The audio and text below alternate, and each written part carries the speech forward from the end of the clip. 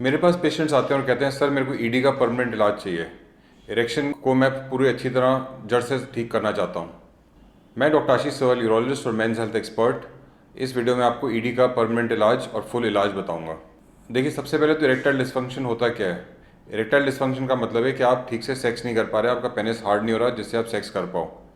कई लोगों को लगता है कि उनका जल्दी डिस्चार्ज हो जाता है तो उसको भी इरेक्टाइल डिस्फंक्शन कहते हैं। उसको प्रीमेच्योर इजैकुलेशन बोलते हैं, उसे इरेक्टाइल डिस्फंक्शन नहीं बोलते। जो इरेक्टाइल डिस्फंक्शन होता है उसमें पेनिस हार्ड नहीं होता, ब्लड फ्लो की प्रॉब्लम होती है। बॉडी में से ब्लड पेनिस में नहीं जाता और पेनिस हार्ड नहीं होता और इसलिए आप पेनिस को पेनिट्रेट ही नहीं कर सकते। इरेक्टाइल डिस्फंक्शन के क्या क्या कारण हैं? इरेक्टाइल डिस्फंक्शन के 6 कारण होते हैं। एक तो साइकोलॉजिकल ईडी, मतलब कि पेशेंट माइंड से ही घबराया होता है कि वो सेक्स कर पाएगा कि नहीं, और उस घबराहट से उसको इतनी टेंशन हो जाती है कि उसका इरेक्शन ही नहीं आता। दूसरा आर्टीरियल ईडी। आर्टीरियल मतलब कि जो ब्लड वेसल्स हैं जिससे बॉडी से पेनिस में ब्लड जाए, वो वाली ब्लड वेसल्स में ब्लॉकेज है जिससे पूरा ब्लड नहीं जा रहा। तीसरा वीनस लीकेज। वीनस लीकेज मतलब कि पेनिस में ब्लड आता तो है लेकिन रुकता नहीं है, इरेक्शन आती है, पेशेंट्स को मेंटेन नहीं होती। चौथी चीज़ न्यूरोजेनिक ईडी। न्यूरोजेनिक ईडी मतलब कि जो पेनिस की नर्व्स हैं वो कट हो गई हैं। ये क्यों कट होती हैं? जैसे कभी सर्जरी हुई है, किसी की प्रोस्टेट कैंसर की सर्जरी या रेक्टल कैंसर की सर्जरी, ब्लैडर कैंसर की सर्जरी, इन सब में नर्व्स कट जाती हैं। तो इन सब कंडीशन में जब नर्व्स कटती हैं तो उससे पेनिस में स्टिमुलेशन नहीं होती। इसको न्यूरोजेनिक ईडी बोलते हैं। इसके अलावा मायोजेनिक ईडी होती है एक। मायोजेनिक ईडी मतलब कि पेनिस की जो मसल्स हैं वो कमज़ोर होती हैं। और ये कमज़ोर कैसे होती हैं? एक तो ज़्यादा मैस्टरबेशन से, दूसरा चोट लगने से। तो काफ़ी पेशेंट्स कहते हैं कि मेरे डॉपलर टेस्ट नॉर्मल है, ब्लड फ्लो नॉर्मल है, सब कुछ नॉर्मल है, लेकिन फिर भी मेरे को ईडी क्यों है? और उसका सबसे कॉमन कारण है एक्सेसिव मैस्टरबेशन। इसके अलावा कई लोगों को वायरल इलनेसेस से ईडी हो गया है। काफ़ी मेरे को पेशेंट्स कहते हैं कि मैं कोरोना से पहले बिल्कुल ठीक था, कोरोना जब से हुआ, मेरे को कोविड हुआ, उसके बाद से मेरे को इरेक्शन की प्रॉब्लम हो गई है। तो ये भी एक ईडी का कारण है।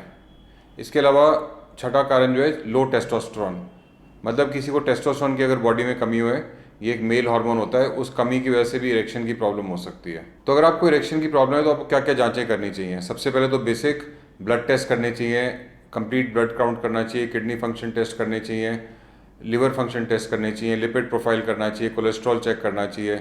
इसके अलावा टेस्टोस्टेरोन चेक करना चाहिए।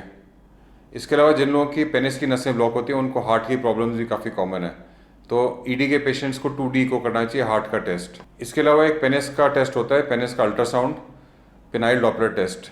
जैसे किसी की हड्डी टूट जाए तो उसमें एक्सरे करते हैं, वैसे पेनिस में अगर कोई प्रॉब्लम है तो उसके लिए पेनिस का अल्ट्रासाउंड करते हैं, पेनाइल डॉपलर टेस्ट। तो ये भी एक टेस्ट होता है जो करना चाहिए। तो ब्लड टेस्ट होता है, 2D को होता है और पेनाइल डॉपलर टेस्ट होता है। ये सारे टेस्ट करने चाहिए। अगली जो हम बात करेंगे वो है अगर आपको इरेक्शन की प्रॉब्लम है तो उसमें क्या क्या ट्रीटमेंट ऑप्शंस अवेलेबल हैं। तो सबसे पहले तो अगर इरेक्शन की प्रॉब्लम है तो आपको अपना लाइफस्टाइल इंप्रूव करना चाहिए, ज़्यादा एक्सरसाइजेस करनी चाहिए, तला हुआ कम खाना चाहिए। अगर आप सिगरेट पीते हैं तो सिगरेट स्मोकिंग स्टॉप करनी चाहिए, अल्कोहल कम पीनी चाहिए, स्लीप पैटर्न अच्छा करना चाहिए, आपको ठीक टाइम पे सोना चाहिए, टाइम पे उठना चाहिए। तो ये सारी चीज़ें आपको अपने लाइफस्टाइल में करनी चाहिए।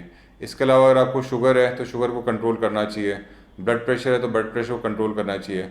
कई पेशेंट्स को बीपी की दवाइयाँ खाने से ईडी हो जाता है। आप अपने कार्डियोलॉजिस्ट से मिलिए, अपनी दवाइयाँ मॉडिफाई करिए, उससे आपको इरेक्शन की प्रॉब्लम बेटर होएगी। कई लोगों को साइकेट्रिक डिजीज़ हैं जिसकी वजह से दवाई ले रहे हैं और वो साइकेट्रिक मेडिसिन की वजह से ईडी की प्रॉब्लम है, तो वो दवाइयाँ बंद करने से भी ये प्रॉब्लम सॉल्व हो सकती है। इसके अलावा अगर ये नेचुरल चीज़ों से आपकी इरेक्शन की प्रॉब्लम नहीं सॉल्व हो रही तो दवाइयाँ होती हैं, डिफरेंट कैटेगरी ऑफ दवाइयाँ हैं। कुछ दवाइयाँ पेनिस में ब्लड फ्लो इंप्रूव करती हैं जैसे कि सिल्डेनाफिल और टेडालाफिल। ये दवाइयाँ पेनिस की ब्लड वेसल्स को डायलेट करके पेनिस में ब्लड फ्लो इंप्रूव करती हैं। इसके अलावा कई कई माइंड को रिलैक्स करने की दवाइयाँ होती हैं जिससे कि भी इरेक्शंस इंप्रूव होती हैं। इसके अलावा कई लोगों को टेस्टोस्टेरोन की डेफिशिएंसी होती है तो टेस्टोस्टेरोन सप्लीमेंट्स भी होते हैं जिनके लेके हम अपनी इरेक्शंस इंप्रूव कर सकते हैं। इसके अलावा कुछ न्यूट्रास्यूटिकल्स होते हैं जैसे एल-आर्जिनिन, जिससे नेचुरली ब्लड फ्लो इंप्रूव होता है और इरेक्शन की प्रॉब्लम इंप्रूव होती है। अगर दवाइयाँ नहीं काम कर रही तो अदर ऑप्शन इसके हैं। एक तो शॉक वेव थेरेपी होता है जिसमें पेनिस में शॉक्स देते हैं, अल्ट्रासाउंड शॉक्स होते हैं, ऐसे नहीं कि कोई चोट लगती है या कुछ, और उसकी वजह से पेनिस में नई ब्लड वेसल्स बनती हैं और ब्लड फ्लो इंप्रूव होता है।